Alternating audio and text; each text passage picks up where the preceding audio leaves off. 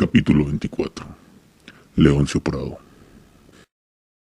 La ignominia que puso en el ojo de la tormenta al colegio Leoncio Prado, institución que se ufana de portar un nombre de un valiente soldado, o mejor dicho, un asesino aceptado por la sociedad, ya que representa lo bueno de la perspectiva oprimida. Bien, se dice que este soldado fue combatiente destacado en la batalla de Aptao a los 12 años, y participó también en la batalla de 2 de mayo, a los 13 años de edad. Batalla en la que ya tenía un grado militar de cabo y fue ascendido a alférez por su destreza en el campo de batalla. Sorprendente, ¿verdad? Pero lo realmente interesante radica en pensar sobre la manera de conseguirse tales hazañas. Se tiene entendido que en el ejército o en las fuerzas policiales el régimen de meritocracia prevalece hasta la fecha. Y siendo hijo de un general militar que alcanzó la presidencia del Perú, la primera en 1865 y la segunda en 1876, su experiencia con las armas inició de manera precoz. Es probable decir que su primer contacto con las armas lo hizo a los 3 años o antes, y aprendió a disparar a los 6 años o antes.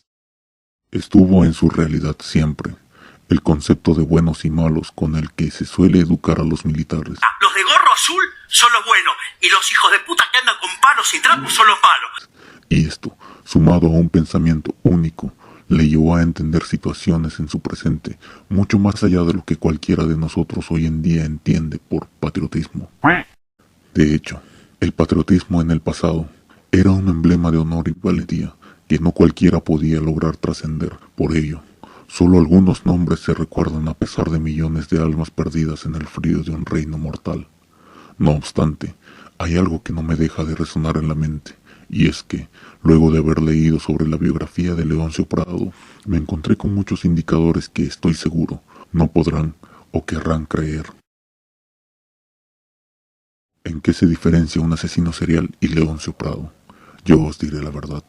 La diferencia básicamente radica en la perspectiva, y antes de que se atrevan a señalar de adagio a lo que dije sin entender el contexto,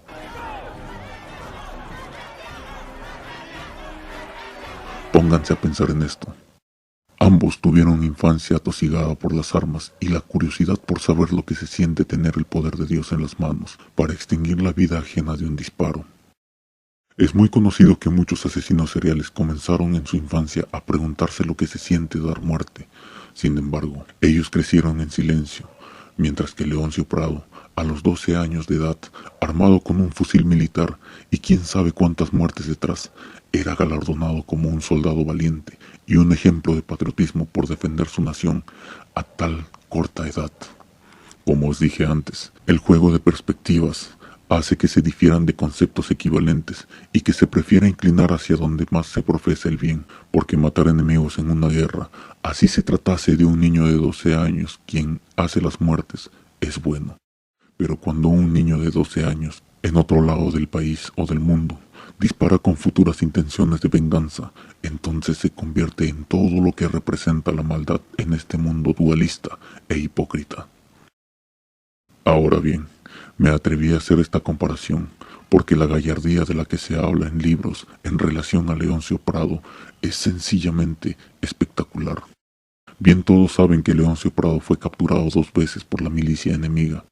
A la primera fue torturado para que desistiera de su lucha y traicione a su patria, pero fue liberado bajo promesa de no levantarse en armas nuevamente en contra de los chilenos.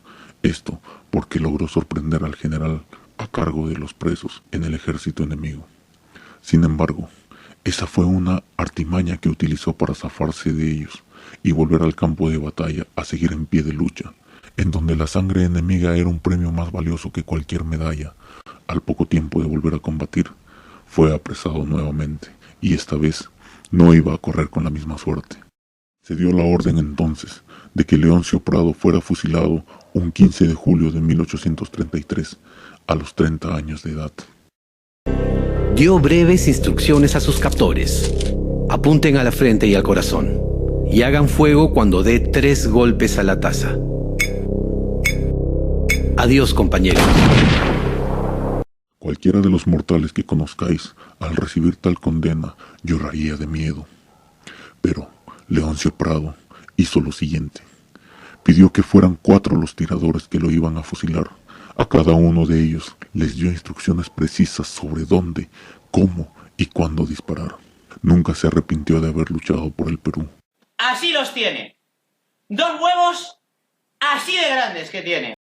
Ahora, ¿por qué no sintió miedo de ser fusilado? ¿Será posible que Leoncio Prado era un sujeto carente de miedo? Hoy en día se tiene entendido que solo algunas personas gozan de ese privilegio y son los tan rechazados psicópatas. Kevin Dotton, en su libro La sabiduría de los psicópatas, explica que los psicópatas, al contrario de lo que se cree, están bien preparados.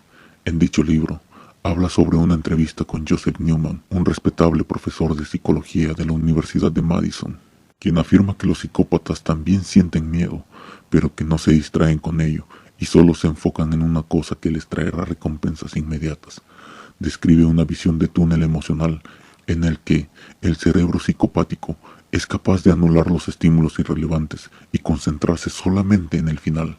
Y bien sabemos todos que el miedo se sirve de esos estímulos irrelevantes para provocarnos inseguridad. ¿Y vosotros? ¿No os gustaría ser capaces de enfocarse solo en sus objetivos sin sentir miedo a fracasar? ¿Sí?